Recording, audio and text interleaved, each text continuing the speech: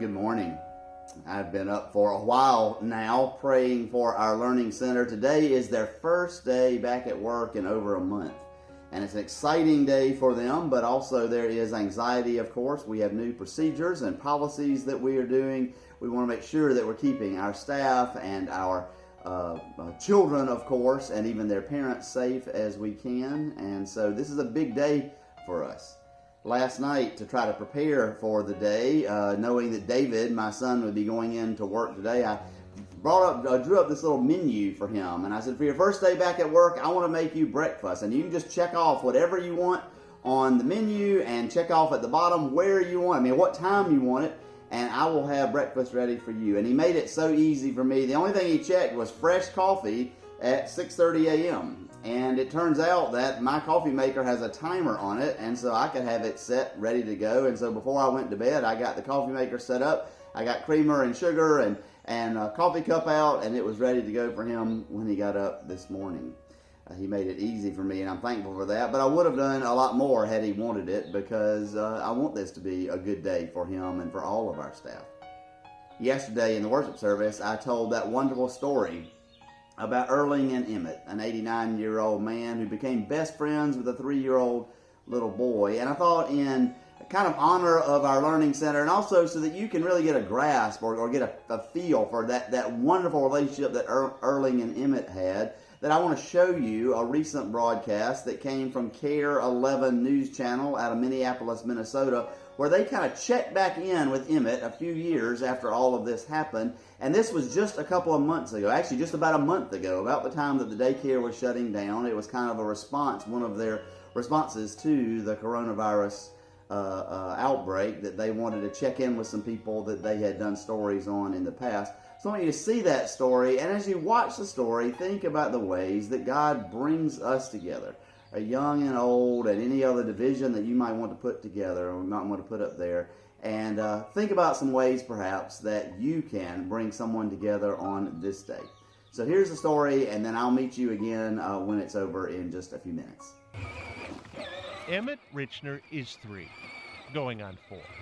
And for no particular reason, he is driving with his eyes closed, which would not appear to be going particularly well. Fortunately, Emmett has a mentor. I got a bagger that fits on the back. Erling Kindom is 89, going on 90. What's this? And this has been going on Ready, set, go! for nearly a year.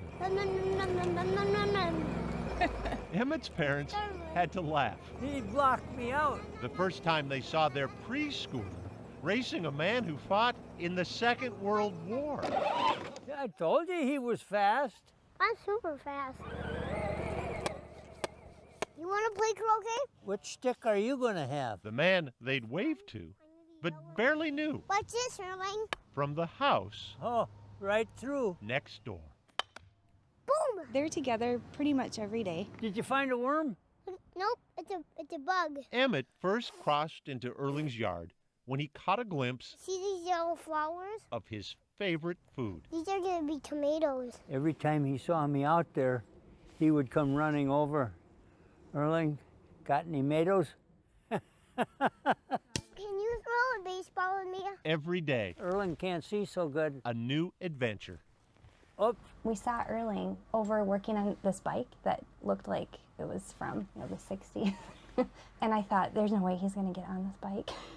And he did. It took him a couple times to get on his bike. And I thought, am I going to have to call 911? Please don't fall over. Anika Richner wondered if so warm a friendship You want to play Star Wars with these? would survive the winter. One day I looked out the window and I took this picture because it was just so cute. He was snow blowing a path from his back door straight to our back door so they could visit. Yep. You know what this is from? It's from Erling. Where's the fish pool? He likes to show him things and draw him pictures and explain. So I can learn about how fishing works. He's just taught him so much. Which is why those tears Um, have been coming more often. We decided back a month ago to move. Brian Richner says their growing family simply needs more space. I love him. It is the hardest part about moving. Yeah, it's tough. And change It's tough. is coming for Erling, too. Yeah. When you think about it. Soon he'll be 90. Yeah. His wife is ill. And just days ago, Erling's kids finally convinced him it's time to trade his house and yard for a senior apartment. Erling, come over here. Till moving trucks roll. I can hear you. Goodbye. We'll have to wait. Put a washer on. This January-December friendship still has a bittersweet July. Just do it by hand slow first. Well, there's no replacement for Erling. You won't find a neighbor like him. So you put the washer on first? That's right. Sounds like it's tight. Believe it or not, it's been 6 years since that story first aired. Erling, sadly, passed away in 2016. But we thought, what a great time to check in with Emmett. Hi, Emmett.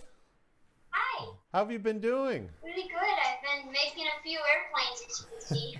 Oh my gosh. This is my first airplane, and it has some Sky Hobby motors. Emmett, how old are you now and in what grade are you? I am 9 and I'm in 3rd grade, What are your favorite subjects in school now? math and science. There's a model airplane store in Egan, and when we take him there, he has these conversations with grown men about things that are completely over most people's heads. You tilt the ailerons and then pull back on the elevator, and that'll give you a nice sleek turn. Erling flew in World War II. He did, yep. So wouldn't he enjoy Emmett's interest in aviation? He would love that. And this one is going to be my next airplane. It has a Rudolph sleigh airfoil. One of the last things Erling said to Emmett on our last visit with him was, "Emmett, you amaze me." Emmett, you amaze me. We say that to him a lot because I think it just reminds us of Erling. Yeah, you're a good boy. He's buried here in Northfield, close to us, so we visit his gravesite and talk about him. And then you have this second motor right here, which is attached to the first motor. I can't imagine the two of them in a room right now who would talk more, who would get a word in edgewise.